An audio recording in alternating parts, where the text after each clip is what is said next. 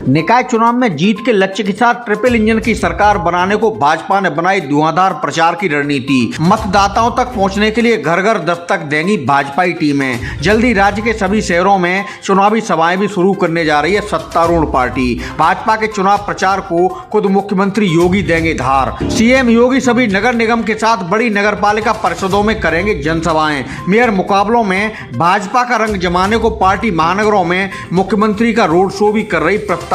High command से सभी जिलों में प्रचार सामग्री भिजवाने में जुटी भाजपा। उप मुख्यमंत्री केशव प्रसाद मौर्य और ब्रजेश पाठक के अलावा सभी प्रमुख मंत्री भी बनाएंगे पार्टी उम्मीदवारों के पक्ष में माहौल। बेहतर कानून व्यवस्था और मोदी योगी सरकार की उपलब्धियों के अलावा नगर निकायों में कराए गए विकास को लेकर जनता के बीच जा रही है भाजपा। निकाय चुनाव की मॉनिटरिंग के लिए भाजपा प्रदेश मुख्यालय में स्थापित किया गया कंट्रोल रूम।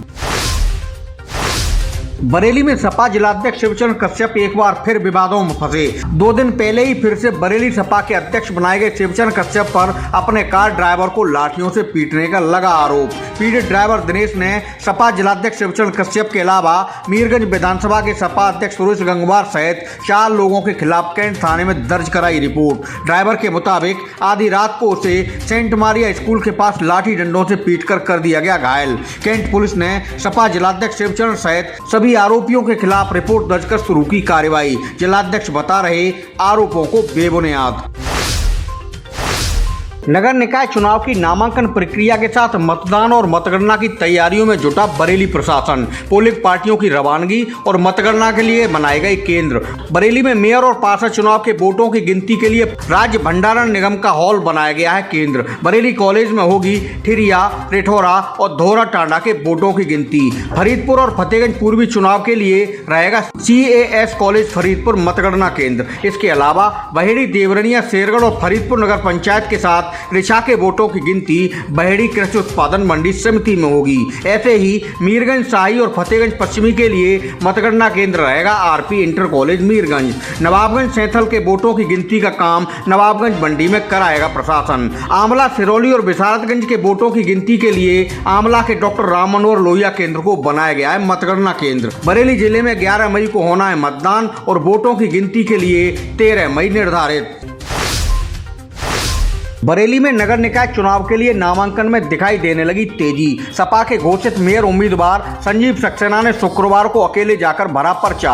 भाजपा से मेयर पत्ते खुलने से पहले ही पार्टी महानगर अध्यक्ष डॉक्टर KM अरोड़ा ने भी खरीदा नामांकन पत्र। भाजपा सूत्रों के मुताबिक शनिवार को मेयर, पार्षद उम्मीदवारों का ऐलान करने वाली है पार्टी। भाजपा उम्मीदवार का नाम सामने आते ही बाकी दल भी चल देंगे अपने अपने दांव। अभी तक सिर्फ सपा और कांग्रेस ने ही तय किए हैं बरेली में अपने प्रत्याशी। भाजपा, बसपा और ओवैसी की पार्टी कल तक करेंगे उम्मीदवारों की घोषणा।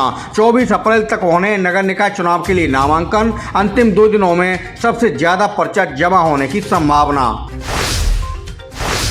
रमजान के आखिरी जुमातुल विदा की नमाज बरेली की मस्जिदों में अदा की गई। बरेली की शाही जामा मस्जिद में कड़ी सुरक्षा के बीच शांति से संपन्न हुई अलविदा की नमाज। देश में अमन चैन के साथ कौम की तरक्की की मांगी गई दुआ। शहर इमाम मुफ्ती खुर्शीद आलम ने अदा कराई अलविदा की नमाज। सुबह से ही बच्चों और बुजुर्गों ने भी रोजा रखकर अल्लाह की इबादत में गुजारा दिन। सभी मस्जिदों, दरगाहों और खानखाहों में नमाजियों की उमड़ी भीड़। दरगाह आला हज़रत के मीडिया प्रभारी नासिर कुरैशी ने बताया कि बरेली शहर में सबसे आखिर में दरगाह आला हजरत पर अदा की गई नमाज। कल 22 या 23 अप्रैल को मनाई जाएगी ईद। प्रशासन ने ईद को देखते हुए पूरे जिले में किए हैं सुरक्षा के कड़े इंतजाम।